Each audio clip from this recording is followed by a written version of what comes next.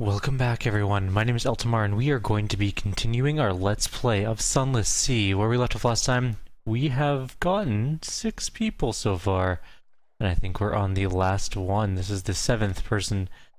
So let's have an additional sherry with a fierce philanthropist.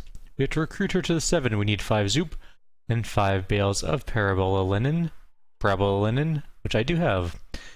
Will she assume her husband's role as the Cabal's financier? Perhaps a donation to her charitable work would steer the conversation where you need it to go.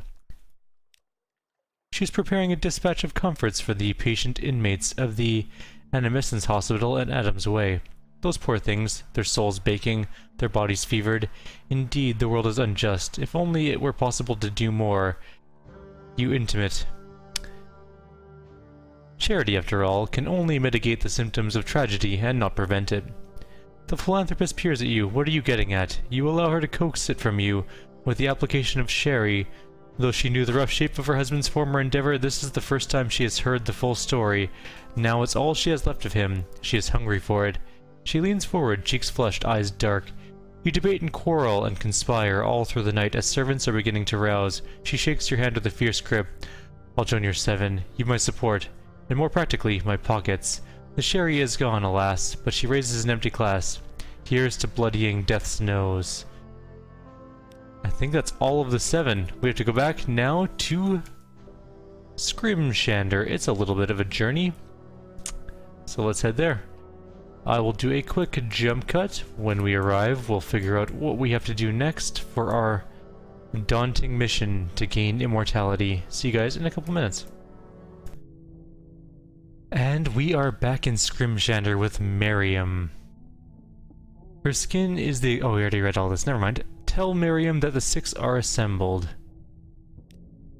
Miriam leads you to the Hall of Sevens, where her statue has been smashed to pieces. A new statue completes the line of the assembled 7, a dignified and well-observed, if slightly too honest effigy of you.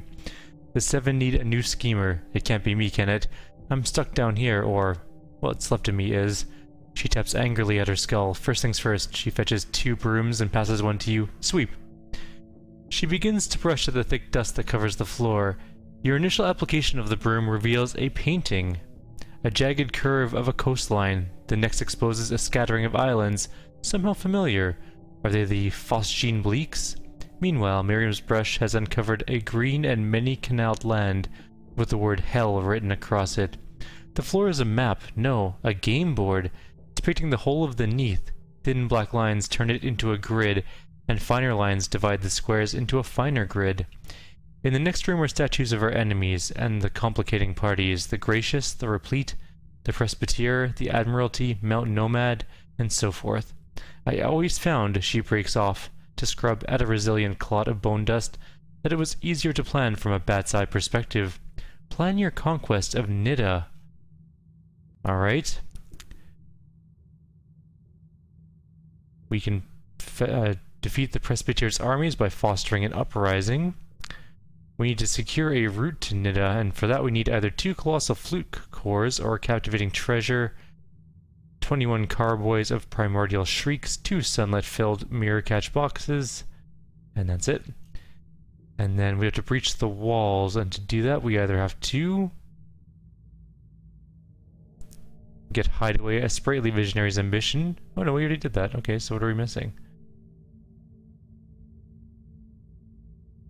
Maybe we need to do them in order? I don't know. We could also use a Searing Enigma and a Vital Intelligence and 100 torpedoes to shoot the wall. Anyways, let's do the first one. We can totally do an uprising. Your propagandist proposes it. The Prester has vast wealth, unguessable power, and immortality. He is an easy man to resent. It will take time. More immediately, it will take a secret capable of toppling a government and inevitably a great deal of money. A rumble on the mountain. Movements begin in small ways, whispers in the bazaar, slogans daubed in alleyways. In this case, the words that spread are sacred. An order of the first Presbyter written long ago in Nida. No man shall live 1,000 years. When the people of the Elder Continent learn that their Presbyters don't die when they live to 1,000, but instead retire to the College of Mortality to advise the next ruler, they are incensed. Their movement spreads slowly. The Mithridate office, the Presser's own misinformers working hard to stamp it out. You keep it alive with a liberal application of money. The pebble is rolling now. In a few years, you will lead the avalanche to Nida.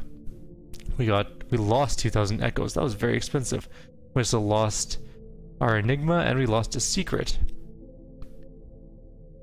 Alright, we need to go find a captivating treasure, I guess, or go kill some flukes to get fluke cores. Not sure which way I'm gonna go on that one, but we'll go take a look. Maybe I'll go fight a fluke and see what happens. I'm pretty sure we can take down at least one fluke at a time. Other than that, though, I think we're gonna pause here. I'm gonna go figure out what we need to do to get these things, and then we'll come back. Sit tight, and I'll see you guys shortly. We are back with the next part of our journey. We're going to secure the route to Nida, procure a living fleet to traverse the Red River. Your soldier advocates the route the Seven took on their initial attempt against Nida. It worked then, and it will serve again. Unfortunately, Polythreme, the only source of the ships able to navigate the Red River, demands an unusual price. So they wanted 2 colossal fluke cores. I do have 2, and we're gonna click on that. The bargain. What does the living city want with fluke cores? Its 100-hearted king will not say. The crewmen who delivered them report carrying them to the White Villa atop the hill, where countless statues waited with stony, avid eyes. It will take years to construct the whole fleet, but when the first vessel slides gracefully into Batuk's hidden shoreside encampment, its oars sing a joyous hosanna. Their harmony is impeccable. So we got another secret, and we have 2 colossal fluke cores. We now need to go to either find a vital intelligence, possible, I don't know where to get one, but I'll look around, and 100 torpedo components, which is a lot, or we can go do Hideaway the Sprightly Visionary's ambition. I might try that instead. We'll take a look and see what happens. I will be back in a couple of minutes. And we are back for possibly the last time. Breaching Nida's walls, deploy a Leviathan from the depths of the Z. Eric has not been idle since the defeat of the Seven. He has tamed a monster of the deep Z and presents you with a report on its deployment. Advance the story on Hideaway and favor the Sprightly Visionary to unlock this option, which we did. Eric's plan involves steering Temtem from the Z across the Elder Continent and using the beast as a siege engine. Temtem will topple the walls like meringue, his report claims. He seems confident, but it will take a long period of gradual excursions for the great city beast of Hideaway to build up a tolerance for life above the waves. Eric gets started immediately. The time has come, Miriam says, to dedicate yourself wholeheartedly to our endeavor. We have much work to do, so we have to retire from the seafaring life to plan the conquest of Nida. Her memories are fading. There is much she must pass on to you regarding the Presbyteriate before they vanish altogether, beyond the means of her engravings and statues to recover. 7 years pass. Across the gloomy sea, across the carmine sands, and lurid violet jungles and brazen veldt, to the mountain, blazing bright, to Nida. Her basalt walls are broken, bloodshed stains her gemstone streets. This close, the light of the mountain is savage. Lenses of sapphire protect your eyes as you march along the Avenue of Lament. At its end, beyond a statue of the first presbyter, is the funeral facade of the College of Mortality, gray, grim. Your detachment has penetrated the furthest into the city. Batuk is at your side, bearing the Seven's apple and plowshare banner. This is it, he bellows, over the sound of battle. The last time. This is as far as we got. Your moment is at hand. We can do one of 3 things. We can betray the Seven and seize immortality solely for yourself. Democratize death, hold to the plan, stay loyal to the Seven. Or forsake our quest, protect the Presbyter. On reflection, better a lifetime of pleasure than an eternity of trouble. Immortality begets envy, or none of you would be here. I am going to betray the Seven and seize immortality solely for myself. 7 is an unwieldy number. 1 is much more straightforward. Honor among thieves. You clap Batuk on the shoulder, then you reach up and pluck his sapphire lenses away. He screams as his eyes boil. You retrieve his fallen banner, tie a length of red silk to it, and raise it high. At your signal, your assassins strike at the remaining 7. Your second-in-command curses and draws her pistol, pushing her way towards you. Fortunately, You identified her as one of Isri's agents several months ago. Your men, forewarned, fire first. You give an order. Your gun emplacements begin methodically shelling the College of Mortality. Its mortuary freezes, vanish in clouds of dust. Holes are blasted in the walls, revealing glimpses of a facsimile paradise. Chambers of extravagant wealth, gardens of fruit-heavy trees, seraphically beautiful servants now shredded by shrapnel. Perhaps you'll repair it and make it your palace when the once presbyteers of the college surrender. Ah, there we are, a white flag. A rag of dusty bedsheet, but the most beautiful sight in the Neath. It means the city is yours. It means the mountain is yours. It means eternal life is yours. And yours alone.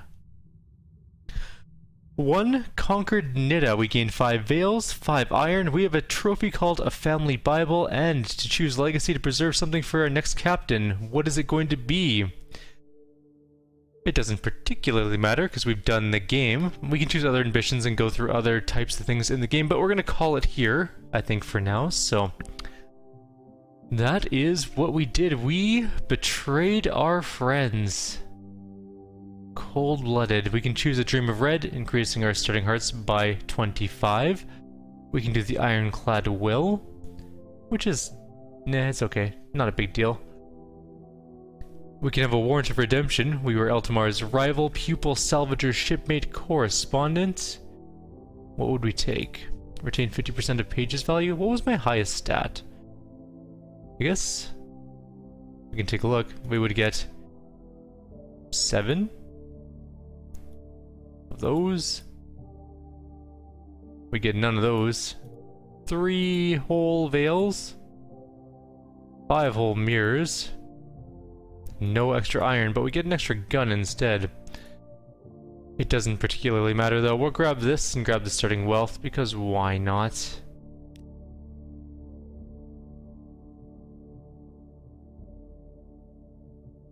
Sure. That is it though. We completed the game in a particularly evil manner, and now we are back in the port with our new little ship. This is a game that actually doesn't technically end. Technically we won, but you can do the other ambitions. There are many of them. But for now, we're gonna call this game. Like I always ask at the end of any series, if you enjoyed the content, please subscribe. Otherwise, I will see you guys next time. We are still going to be continuing our Sunless Skies early access, and we're gonna finally go back to Pathfinder Kingmaker's beta build. There is a vote currently going on for my next major full game, like released game, that I'm going to be playing. It looks like Hearts of Iron is winning at the moment, but we'll tally it up at the end. Take care everyone, and have yourselves a wonderful, wonderful evening.